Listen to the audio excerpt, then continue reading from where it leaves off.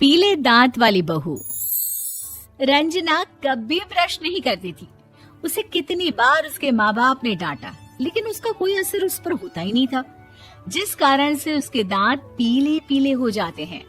शादी के बाद अरे बहू, वैसे तो तुझ में कोई कमी नहीं है, पर तेरे दांत इतने पीले कैसे हैं बेटा? कैसे मतलब? कोई सर्जरी थोड़ी ना कराइए।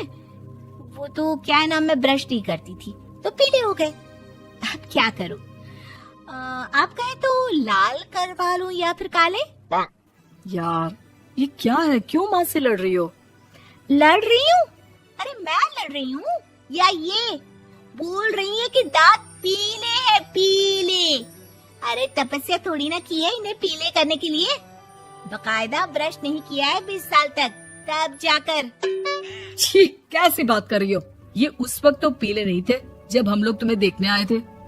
अरे तब साफ करवा लिया होगा डेंटिस्ट के पास जाकर। अब देखो कैसे पीले पीले लग रहे हैं।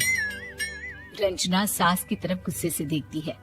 फिर शुरू हो गई पीले पीले पीले। अरे पीले तो तब भी थे जब मेरे हाथ का रसगुल्ला उड़ा उड़ा कर खा रही थी और बोल रही थी, लड़की नहीं गुणों का खजाना दे रहे भाई साहब आप। खैर, अब वो लोग करते भी तो क्या करते, पीले दांत वाली बहू पल्ले पड़ी थी तो झेलना तो था ही। एक दिन कीर्तन में रंजना गाना गा रही थी।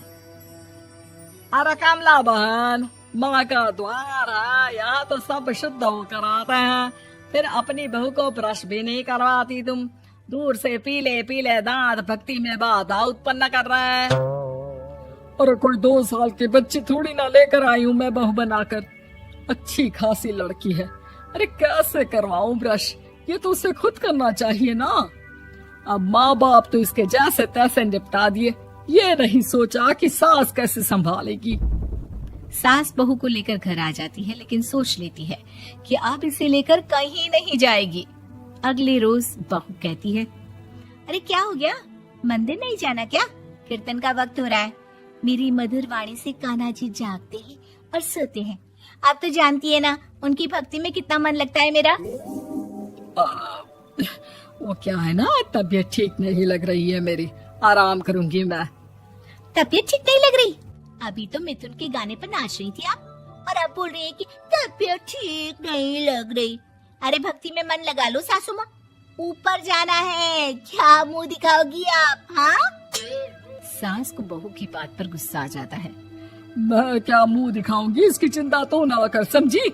अपने मुंह की चिंता कर, जो ये पीले पीले दांत लेकर हर जगह पहुंच जाती है। पता है लोग कितना मजाक बनाते हैं। ना जी ना, मैं नहीं जाना कहीं तेरे साथ। तो ये बात है। कोई ना, मत जाओ, मैं अपने कमरे में ही बैठकर भक्ति कर लूंगी। ऊपर वाला दांत थोड़ी ना देखता है, मन देखता है, भावना देखता है। और अरे बस बस, तू सब कुछ दिखा, बस ये सफेद चमकदार दांत ना दिखाना किसी को, है? जा यहाँ से।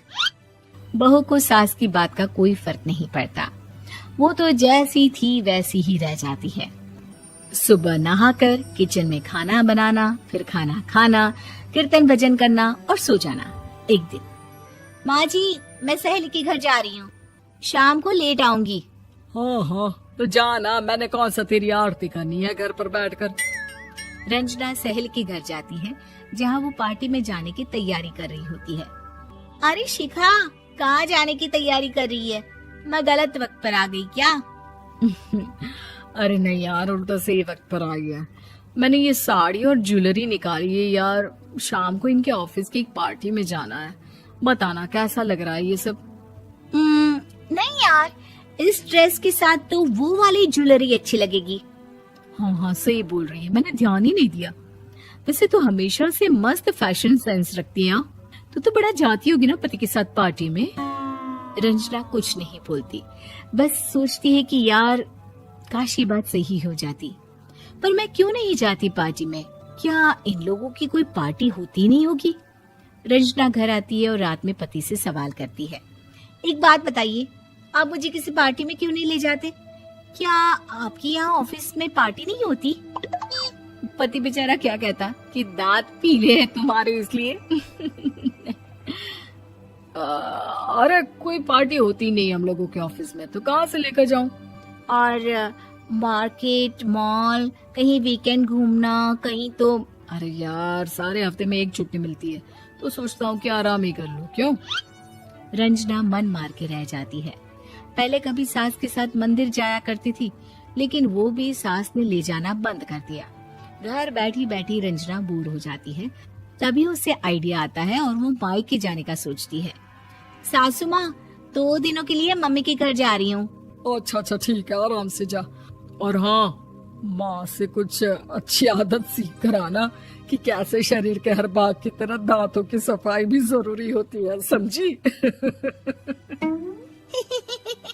शुरू हो गई ना आप। वो लोग आपकी तरह नहीं है कि छोटी छोटी बात का बतंगड़ बना दे। उन लोगों के लिए मैं मायने रखती हूँ, ना कि मेरे पीले पीले दांत।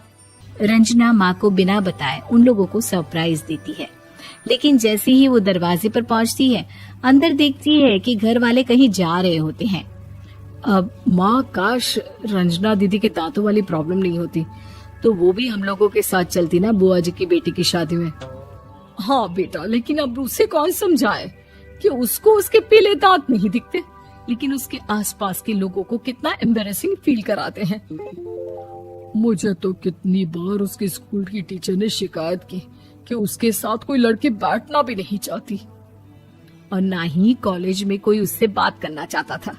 लेकिन पता नहीं क्यों उसे ये बात समझ में ही नहीं आती। कोई कमी नहीं है उस लड़की में, बस यही कि दांत पीले हैं। वो तो भला हो जीजा जी और उनकी माँ का, जो दीदी को जैसी है वैसे ही रखा हुआ है। रंजना को अपने घर वालों की बात सुनकर बहुत दुख होता है। वो सोचती है कि वो क्या करे, लेकिन फिर वो सीधा डेंटिस्ट के पास जाती है, अपने दांत चमकाती है और कसम खाती है कि वो रोज ब्रश करेगी। अरे क्या हो गया? तुम तो 2 दिनों के लिए गई थी ना।